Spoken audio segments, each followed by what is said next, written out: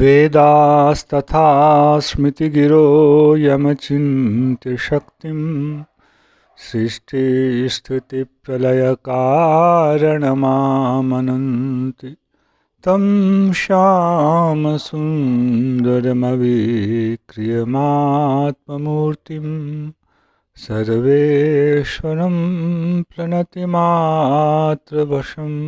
भजामः।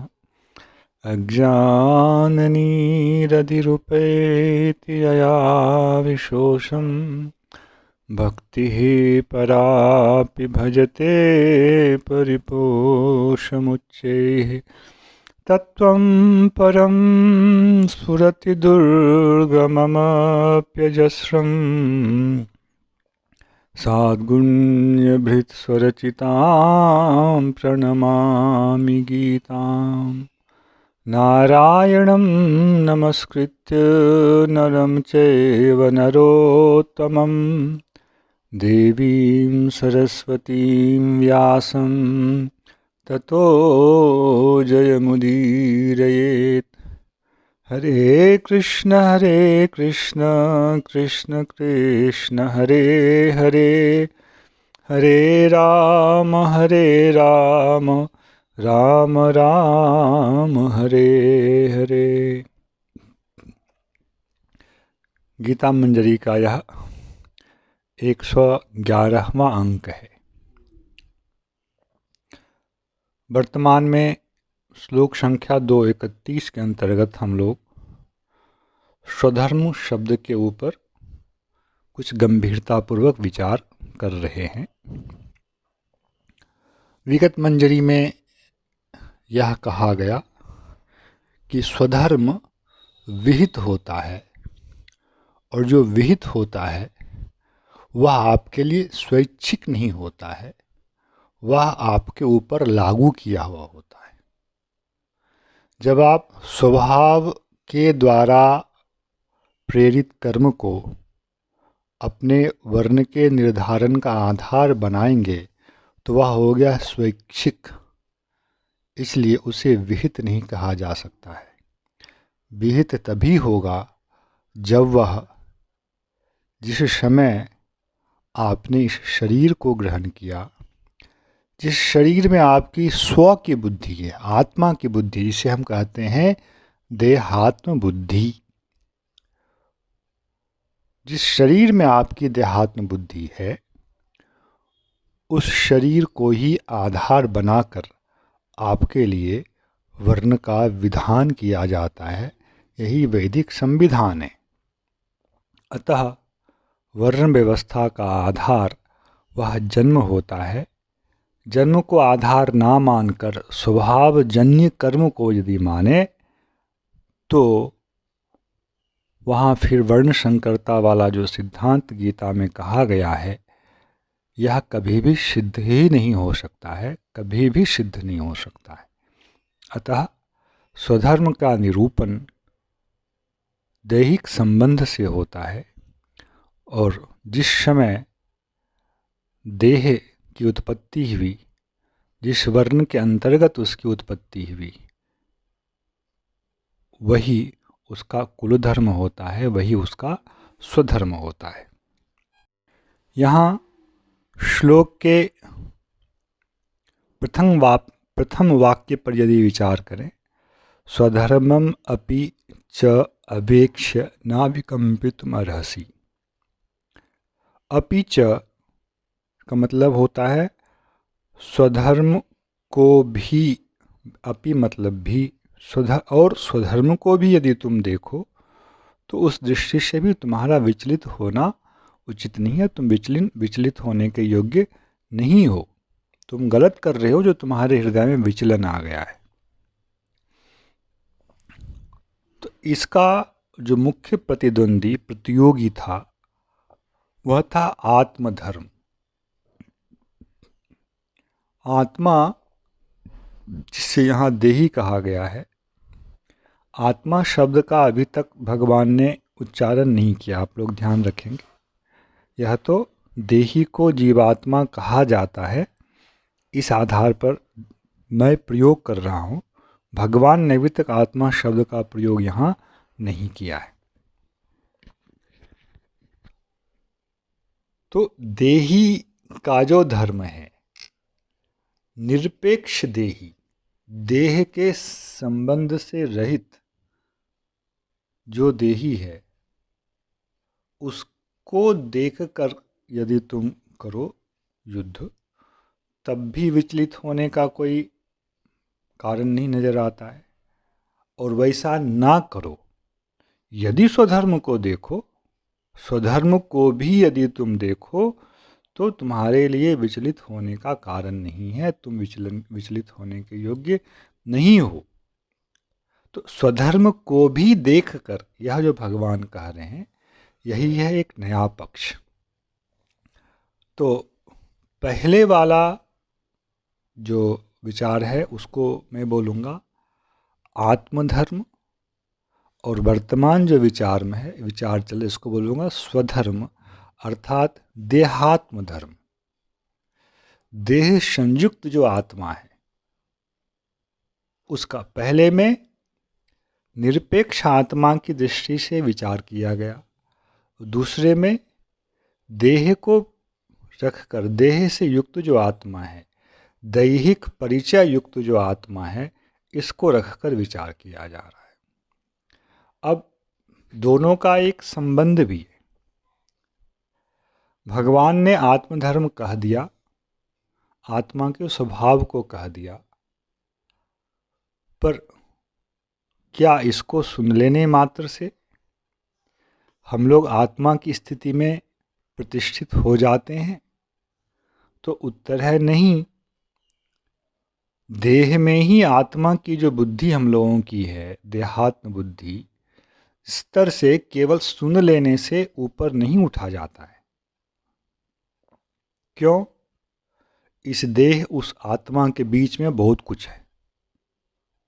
हमारी मन, हमारी बुद्धि, हमारा मन, हमारा अहंकार, हमारे संस्कार, हमारे स्वभाव, इस शरीर और उस आत्मा के बीच में अनेक पदार्थ हैं जो हमारे जीवन को प्रभावित करते हैं। अतः केवल सुन लेने से आत्म तत्व की उपलब्धि नहीं हो जाती है, उसकी अनुभूति नहीं हो जाती है। तो अर्जुन यदि कहें कि हमें तो यह आत्म तत्व उपलब्ध नहीं हुआ, तो मैं आपकी बात को कैसे सुन करके करूं युद्ध? तो पक्षांतर में भगवान बोल रहे हैं, ठीक है, यदि तुम्हारी दृष्टि आत्मा पर स्थिर नहीं हो पाई है,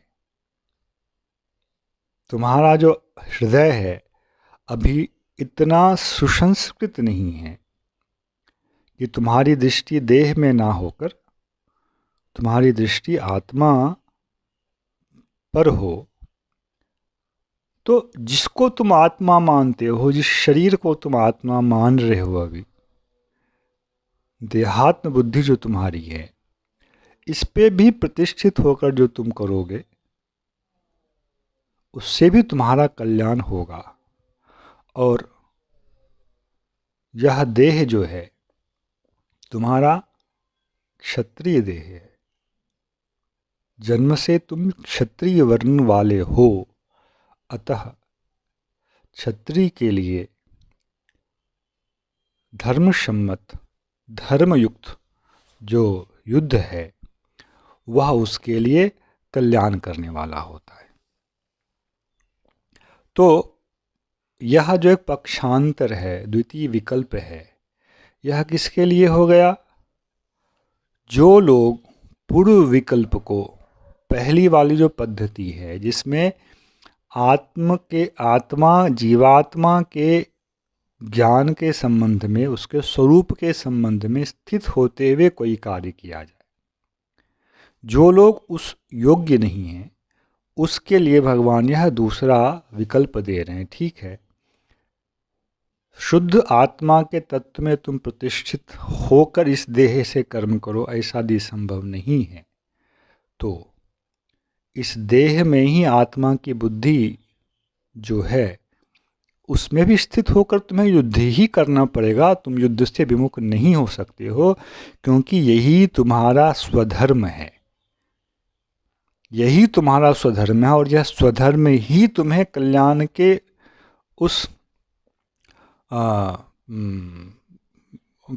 के उस अंतिम बिंदु तक तुम्हें ले जाने में समर्थ होगा। यहाँ यह संबंध है, आत्मधर्म में स्थित होना, आत्मा के स्वरूप में स्थित हो जाना, यह बहुत ही उन्नत स्थिति होती है। सब लोग इसमें सुनने मात्र से ही प्रतिष्ठित नहीं हो सकते हैं। इसलिए सबको पहले एक धर्म विहित किया गया है, और वह धर्म कहा गया है स्वधर्म। उस स्वधर्म को किस प्रकार किया जाए जिससे कि वह शनैः शनैः आत्मधर्म तक पहुँच पाए, इसका एक विज्ञान है। और इसे ही गीता शास्त्र में कर्मयोग का विज्ञान कहा गया है। यहाँ भगवान ने कर्मयोग शब्द को नहीं रखा है, पर वर्ण विहित युद्ध धर्म के द्वारा मंगल की प्राप्ति का जो पथ है, उसे ही कर्मयोग कहा जाता है। और उसकी भूमिका भगवान ने इस श्लोक में बना दी है। इसलिए इस श्लोक के अनुसार भगवान कह रहे हैं, अर्जुन तुम क्षत्रिय हो, और क्षत्रिय का कर्म है धर्म सम्मत युद्ध करना। इसलिए प्रथम तो यह कि इसके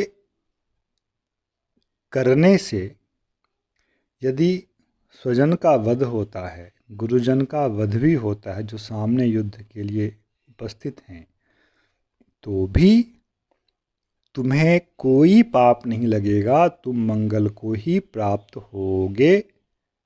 तुम्हें जो नरक इत्यादि का भय सता रहा था, वह तुम्हारा गलत सिद्धांत है। सिद्धांत यह है कि धर्मसम्मत युद्ध करने पर उस व्यक्ति का मंगल ही होता है। इसलिए तुम्हारे विचार ग्रहण करने के योग्य नहीं हैं। रही बात हिंसा की, कि हिंसा से अधर्म होता है, तो सुनो,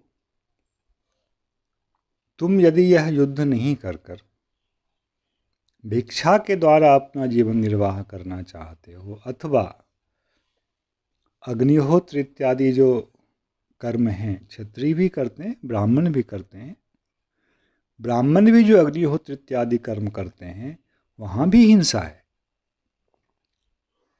हिंसा का सर्वथा त्याग इस संसार में मनुष्य के लिए संभव नहीं है। कुछ लोग, ऐसे पंथ हैं जो रात में भोजन नहीं करते हैं, नाक पे कपड़ा बांधते हैं कि नाक में कोई सूक्ष्म जीव ना चला जाए। यह सब अहिंसा से बचने के लिए है, परंतु पूर्ण रूप से अहिंसा से बचना मनुष्य के लिए संभव नहीं है। नाक में यदि कोई जीव जाता है तो उससे कई गुना जीव आपके चलने से, पृथ्वी पर चलने से मरता है। अतः सर्वथा हिंसा से बचना मनुष्य के लिए संभव नहीं है। इसलिए वैदिकी व्यवस्था में इस हिंसा जन्य दोष का निवारण करने के लिए जो है बलि वैश्वदेव की व्यवस्था है। यह शब्द जो है सुनकर रखें, आगे यह विषय आएगा। दैनिक जो हिंसा हम लोगों के द्वारा होती है, उस हिंसा से उत्पन्न पाप का निवारण कैसे हो, इसका विधान वैदिक पद्धति में है। कृषि कार्य होता है, मनुष्य अन्न पर भी आश्रित यदि रहता है तो वह अन्न कृषि से प्राप्त होता है, और कृषि कार्य में जीव जंतुओं की हत्या होती ही है। इसलिए सर्वथा अहिंसा से रहित होना मनुष्य जीवन में संभव नहीं है।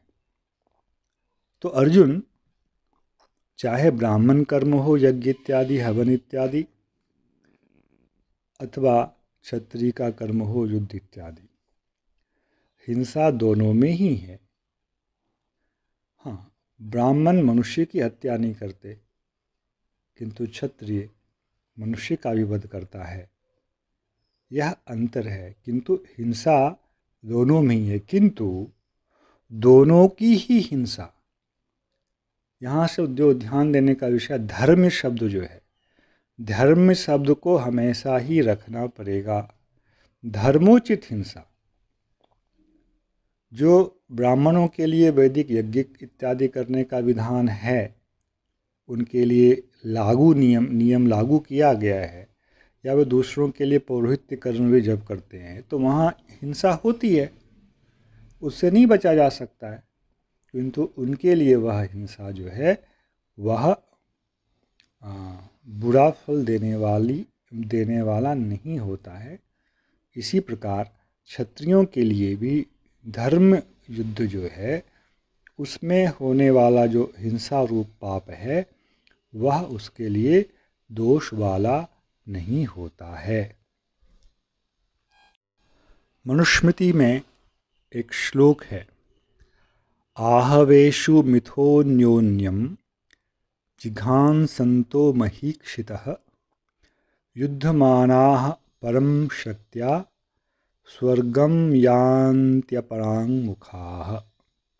इस श्लोक का भाव यह है, आहवेषु युद्धेषु, युद्ध में एक दूसरे को मार डालने की इच्छा से युद्ध परम शक्ति के साथ युद्ध कर रहे लोगों का यदि वध हो जाता है परस्पर के द्वारा, तो और वह युद्ध से विमुख नहीं होता है, अपरांगमुखा, मृत्यु के भय से वह विमुख नहीं होता है और युद्ध में निहत हो जाता है, तो वह स्वर्ग को ही प्राप्त होता है, ना कि दूसरे को जो मरा वह भी और जिसने मारा वह भी, क्योंकि वह युद्ध से पलायन यदि कर जाए तो वही उसके लिए दोष है।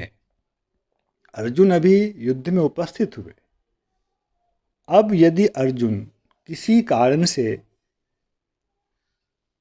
युद्ध से विमुख हो जाएं, कारण कई हो सकते हैं, यदि युद्ध से विमुख हो जाएं, परांगमुख हो जाएं, तो यह अर्जुन के लिए पाप होगा। इसलिए भगवान बोल रहे हैं, क्षत्रिय हो, धर्मसम्मत तुम्हारे लिए युद्ध उपस्थित हुआ है, इसलिए तुम्हें युद्ध करना चाहिए और यह युद्ध ही तुम्हें मंगल के सोपान पर प्रतिष्ठित करेगा। यह देहात्म बुद्धि वाला जो धर्म है, यह धर्म ही तुम्हें शनैः शनैः आत्मधर्म में प्रतिष्ठित कर देगा, तुम्हारा मंगल होगा, तुम्हें पाप का भय नहीं होना चाहिए। और तुम्हारा स्वधर्म यह है, जो विष्णु पुराण में पराशर ऋषि जी ने कहा है, क्षत्रियो ही प्रजारक्षन् शस्त्रपाणिः प्रदण्डयन् निर्जित्य परसैन्यादि क्षितिं धर्मेण पालयेत्। जो क्षत्रिय है, निश्चय ही उसका कर्म यह है कि वह प्रजा की रक्षा करते हुए, कैसे? शस्त्रपाणी होकर, अपने हाथ में शस्त्र लेकर, प्रदंडयन, जो दुष्ट लोग हैं उनको दंड देते हुए, निर्जित्य परसैन्यादि, विधर्मियों के, दूसरों के सैन्य को जीत कर, क्षितिं धर्मेण पालयेत, इस वसुधा का, इस धरती का पालन जो है धर्म के अनुसार करे। तो धर्म शब्द बहुत महत्वपूर्ण है, पहले इस पे हम लोगों ने चर्चा की। यहाँ धर्म का अर्थ है जो वैदिक विधान है उसके अनुरूप मर्यादा में स्थित रहना और स्थित रखना। पहले तो क्षत्रिय वर्ग स्वयं को धर्म में स्थित रखे और फिर अन्य लोगों को भी वे धर्म में स्थित रखें। यहाँ की ब्राह्मणों के ऊपर भी क्षत्रिय का शासन कहा गया है अनेक प्रकार से। जो ब्राह्मण होकर के भी अपने विहित धर्म में प्रतिष्ठित नहीं होते हैं, वेद का अनुशीलन नहीं करते हैं, उनके लिए भी दंड का विधान है। उनको राज्य से निष्कासित कर देने का विधान दिया है कि राजा उनको अपने राज्य से निष्कासित कर दे। यही है सबका पालन, सब लोग अपने स्वधर्म में प्रतिष्ठित रहें, यह देखने का कार्य भी क्षत्रिय वर्ग का होता है। जय श्री कृष्ण। हरे कृष्ण कृष्ण कृष्ण हरे हरे, हरे राम राम राम हरे हरे।